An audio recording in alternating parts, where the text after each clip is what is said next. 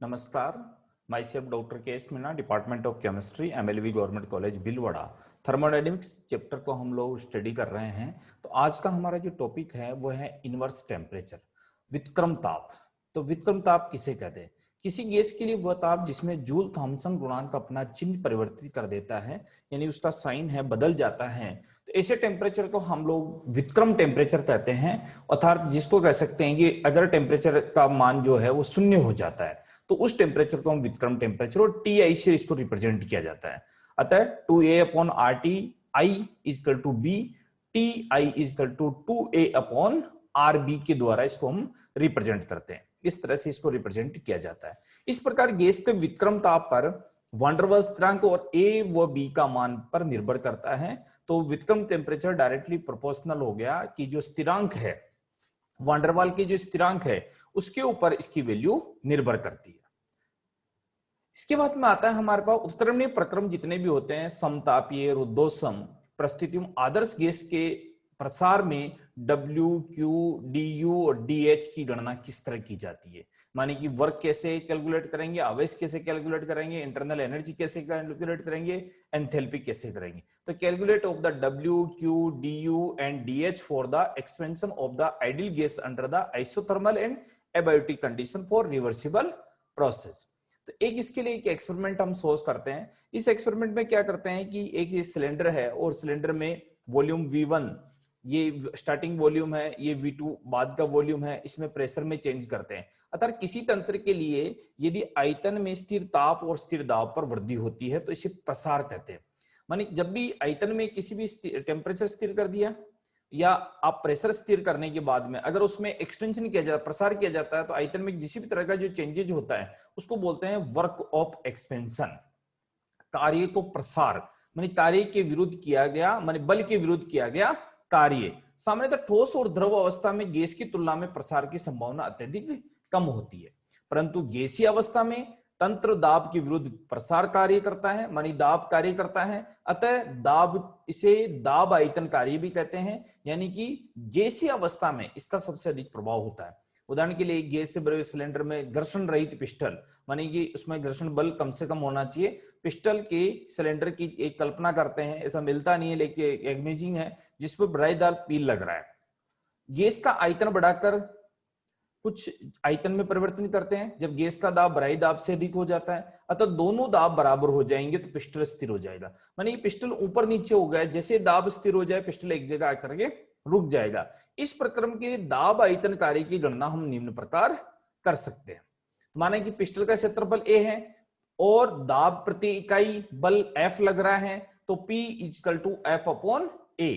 तो F equal to PA। यदि gas का अनंत सूक्ष्म प्रसार के लिए किया गया कार्य DW है, मानी अल्प कार्य की अगर गणना करते हैं DW है, तो इसके फलस्वरूप पिस्टल में अत्यंत सूक्ष्म स्थानांतरण जिसको रिप्रेजेंट करते हैं D1, जिसको रिप्रेजेंट करते हैं, इतना सा इसमें चेंज होता है।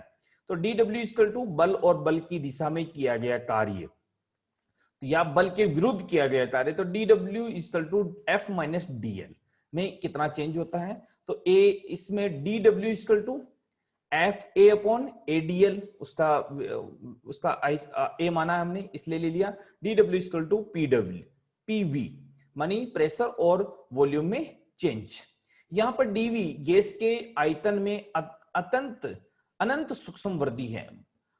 यह संपूर्ण प्रक्रम स्थिर ताप पर किया जाता है। यदि आयतन वृद्धि के साथ दाब में परिवर्तन होता है तो कुल कार्य उन सभी PW पदों के योग के बराबर होता है, उन सबके योग के बराबर। इस प्रकार हम इस इक्वेशन को ऐसे लिख सकते हैं, V1 से V2 में किया गया कार्य W equal to V1 to V2 integration of V1 to V2 PdV। अर्थात प्रसार कार्य उस दाब पर निर्भर करता है जो परिपार्श्विक द्वारा तंत्र लगा जाता है, न कि गैस के स्वयं के दाब पर। माने कि बाहर का जो कार्य, जो दाब लगेगा उसके ऊपर निर्भर करता है, गैस के दाब के ऊपर निर्भर नहीं करता है। दाब आयतन कार्य की पथ पर निर्भरता बनी dependency of the reaction path of the pressure volume work. पथ पे क्या निर्भर करता है ये? यदि गैस का प्रसार भिन्न भिन्न विधियों द्वारा संपन्न करवाया जाता है तो इसका मान भी अलग अलग प्राप्त होता है।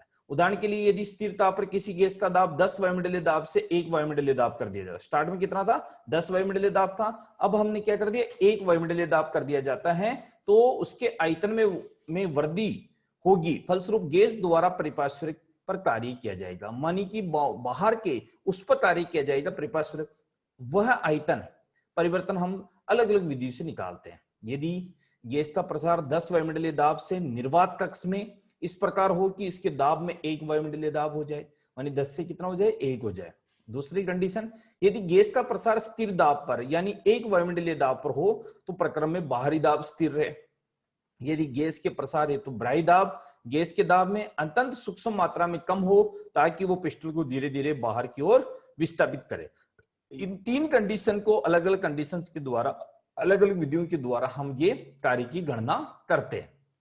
पहली विधि देखते हैं। क्योंकि इस विधि में प्रसार हेतु निर्वात कक्ष का प्रयोग हो रहा है, अतः इस परिस्थिति में बाहरी दाब P का मान क्या होगा, 0 होगा और गैस द्वारा परिपार्श्विक पर कोई भी कार्य संपन्न नहीं होगा। अतः हम इसको इस तरह लिख सकते हैं, W = V2, V1 से V2 = 0 मल्टीप्लाई बाय 0, मतलब टोटल कार्य क्या हो गया, ये V1 से V2 है तो 0 मल्टीप्लाई बाय, तो टोटल कार्य क्या हो गया, 0 होगा। अतः निर्वातित कक्ष में प्रसार कार्य कैसा होगा, 0 होगा। जब निर्वात की कंडीशन अगर किसी गैस के लिए हम एडॉप्ट करेंगे तो उस समय इसकी वैल्यू क्या होगी, 0 होगी। दूसरी विधि देखते हैं। इस विधि में बाहरी दाब स्थिर है, बाहर का दाब तो हमने स्थिर कर दिया, तो इसको W = P V2 - V1, तो W = 1 वायुमंडलीय दाब RT अपॉन 1 वायुमंडलीय दाब माइनस RT अपॉन 10 वायुमंडलीय दाब। वायुमंडलीय दाब 1 से 10 के बीच में हो रहा है, इसलिए W = 9/10 RT, 9/10 RT। तो ये इसकी कार्य की गणना इस विधि के द्वारा, जब बाहरी दाब स्थिर होगा तो ये W हमें प्राप्त होगा, W की वैल्यू प्राप्त होगी 9/10 RT के बराबर होगी। तीसरी विधि देखते हैं। क्योंकि इस विधि में बाहरी दाब गैस के दाब से अत्यंत सूक्ष्म मात्रा में कम रहता है, तो आदर्श गैस समीकरण W = V1 से V2 RT V dV, PV = RT होता है, तो इसको लिख दिया RT V, तो P = RT V, तो यहां क्या लिख दूंगा मैं, RT natural log of V2 upon V1। तो RT natural log of V किसके बराबर होता है, प्रेशर P1 अपॉन P2 उल्टा होता है, तो P1 अपॉन P2, अतः RT natural log 10/1 = RT natural log of 10। इसमें इसके द्वारा, ये थर्ड मेथड के द्वारा तीसरी जो कंडीशन हमारा, उसके लिए वर्क की गणना की जाएगी। इस प्रकार प्रसार कार्य छोटे छोटे पदों में संपन्न करवाया जाए थर्ड मेथड की, यानी कि बाहरी दाब को अत्यंत सूक्ष्म मात्रा में परिवर्तित करे ताकि तंत्र अत्यंत सूक्ष्म समय के लिए अपनी साम्य अवस्था से विचलित हो, तो प्रक्रम को उत्क्रमणीय प्रक्रम कहते हैं। इस प्रक्रम को हम देखते हैं कि रेखांकित भाग में ये इस तरह का, जो इस द्वारा देख रहे हैं कि ये तो स्थिर दाब पर हो गया और बदले हुए दाब पर, माने दाब में चेंज करने की इस कार्य को दर्शाता है कि बाहरी दाब निरंतर बदलता रहता है। इसे देखकर स्पष्ट हो जाता है कि इस प्रक्रम में अधिकतम कार्य संपन्न करवाया जा सकता है, यानी स्थिर दाब पर कार्य की वैल्यू कम होगी और दाब बढ़ाने पर, दाब बदलने पर कार्य की वैल्यू बदल जाएगी। अतः उत्क्रमणीय प्रक्रम, क्योंकि रिवर्सिबल प्रोसेस है, में संपन्न हुए अधिकतम कार्य को इस प्रकार करते हैं, W रिवर्सिबल = W मैक्सिमम, मानी रिवर्सिबल प्रोसेस में किया गया कार्य अधिकतम कार्य के बराबर होता है। तो V1 से V2, यानी V1 इनिशियल से फाइनल, या VI से VF कर दो तो P dV। तो प्रारंभिक अवस्था में आयतन और अंतिम अवस्था में आयतन की बात करें तो W maximum = VI VF nRT upon V dV। आदर्श गैस समीकरण के लिए क्या होता है, P = होता RT अपॉन V, तो nRT VI से integration of initial to final stage dV upon V, तो nRT natural log VI to VF, तो W maximum = 2.303 nRT log of V initial to V final, मानी कह सकते हैं कि जो आयतन में जो परिवर्तन हुआ उसकी वैल्यू यहां आ जाएगी। तो W maximum = 2.303 RT log of PI to PF, मानी PI इनिशियल प्रेशर और फाइनल प्रेशर के द्वारा, क्योंकि स्थिरता पर P प्रोपोर्शनल टू V होता है, तो ये इसकी जगह ये वैल्यू पुटअप कर दी हमने, तो वैल्यू पुटअप करने पर इस इक्वेशन को हम रिप्रेजेंट कर सकते हैं। तो इसी तरह की जो गणना कर रहे हैं, इसमें अगर ये तो बात हमने इस बारे में बात की, अगर हमारा जो आइसोथर्मल प्रोसेस हो, तो आइसोथर्मल प्रोसेस की जैसे बात करेंगे, किसी समतापीय प्रकरण में dt का मान 0 होता है, तो उष्मागति की प्रथम नियम से du = Q - W = 0, तो Q बराबर क्या हो गया, 0 हो गया। किसी आदर्श गैस के लिए स्थिर ताप पर PV का मान स्थिर होता है, तो PV = क्या हो गया, 0 हो गया। अतः किसी तंत्र के लिए एंथैल्पी परिवर्तन डेल्टा एच की वैल्यू भी क्या हो जाएगी, 0 हो जाएगी। इस प्रकार रुद्धोष्म परिस्थितियों में एबायोटिक कंडीशंस में आदर्श गैस का प्रसार, उत्क्रमणीय प्रसार उष्मागति के प्रथम नियम के अनुसार इस तरह रिप्रेजेंट करेंगे हम। D Q equal to integration, मानी इसको बोलेंगे आंशिक अवकलन समीकरण, इसके लिए लिख रहे हैं D you upon D T at constant volume with respect to dt plus du upon dt with constant temperature with respect to dv plus pdv। क्योंकि रुद्धोष्म परिस्थितियों में हो रहा है, अतः du upon dv t equal to क्या होता है, 0 होता है। अर्थात इसकी वैल्यू तो इसके द्वारा रिप्रेजेंट करते हैं, cv के द्वारा रिप्रेजेंट करते हैं, तो 0 equal to cv dt plus 0 plus pdv, यानी pdv equal to minus cv dt के द्वारा इसको हम रिप्रेजेंट कर सकते हैं। तो आदर्श गैस के लिए रुद्धोष्म प्रसार के लिए किया गया कार्य W equal to PDV equal to minus T1 से T2 CVDT, उष्माधारिता, आयतन की उष्माधारिता के रिप्रेजेंट कर रहे हैं हम, तो W equal to minus CV T2 minus T1। उष्मागतिकी के प्रथम नियम के अनुसार du equal to Q minus W, तो du इक्वल टू W, तो Q बराबर 0, तो Q बराबर 0 तो क्या हो गया, किसी तंत्र की एंथैल्पी किस इक्वेशन से देते हैं हम, H equal to U plus PV के द्वारा देते हैं, तो delta DH equal to DU plus PDV plus VDP, तो DU बराबर क्या हो गया, माइनस PDV, तो delta H equal to minus PDV plus PDV plus VDP, तो डेल्टा इक्वल टू VDP। इस इक्वेशन के द्वारा हम इसको रिप्रेजेंट करते हैं। तो हमें क्या निष्कर्ष निकलता है, किसी गैस की आंतरिक ऊर्जा उसकी रासायनिक प्रकृति, संगठन, ताप, दाब और आयतन पर निर्भर करती है। उष्मागतिकी के प्रथम नियम के अनुसार ऊर्जा न तो नष्ट की जा सकती और न नष्ट की जा सकती न उत्पन्न की जा सकती। अब तक हमने जो पढ़ा ना उसका निष्कर्ष है ये, स्थिर आयतन पर अवशोषित उष्मा तंत्र की आंतरिक ऊर्जा में वृद्धि के बराबर होती है।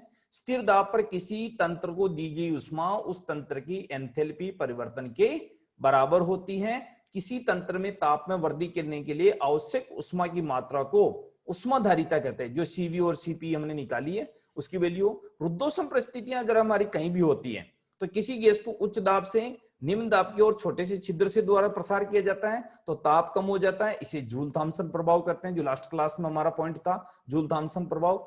आदर्श गैस के लिए जूल थॉम्सन गुणांक का मान हमेशा क्या होता है, 0 होता है, और वास्तविक गैस के लिए हमेशा रियल गैस के लिए धनात्मक होता है। किसी गैस का उत्क्रम ताप, विक्रम ताप जो आज हमने डिस्कस किया, उस गैस के वान डेर वाल्स स्थिरांक पर निर्भर करता है। ये बहुत इंपॉर्टेंट चीज है। किसी गैस का यूनिवर्स टेम्परेचर किसके ऊपर निर्भर करता है, तो वो एक निर्भर करेगा, स्थिरांक पर निर्भर करता है। वान डेर वाल्स स्थिरांक को A और B के ऊपर स्मॉल a और स्मॉल b के द्वारा रिप्रेजेंट करते हैं, और उत्क्रमणीय प्रक्रम में अधिकतम कार्य संपन्न करवाया जा सकता है। हमारा जो मेन उद्देश्य रहता है कि थर्मोडायनेमिक्स का कि अधिकतम कार्य, हमारा जो भी जो एनर्जी है वो अधिकतम कार्य में कैसे परिवर्तित हो जाए। तो कार्य में परिवर्तित होने का सबसे बड़ा जो वो है कि अधिकतम कार्य हम किस फंक्शन में करवा सकते हैं, रुद्धोष्म परिस्थितियों में अधिकतम कार्य, यानी कि जिसको हम कह सकते हैं कि उत्क्रमणीय प्रक्रम के द्वारा, रुद्धोष्म परिस्थिति में उत्क्रमणीय प्रक्रम के द्वारा हम अधिकतम कार्य संपन्न करवा सकते हैं। धन्यवाद।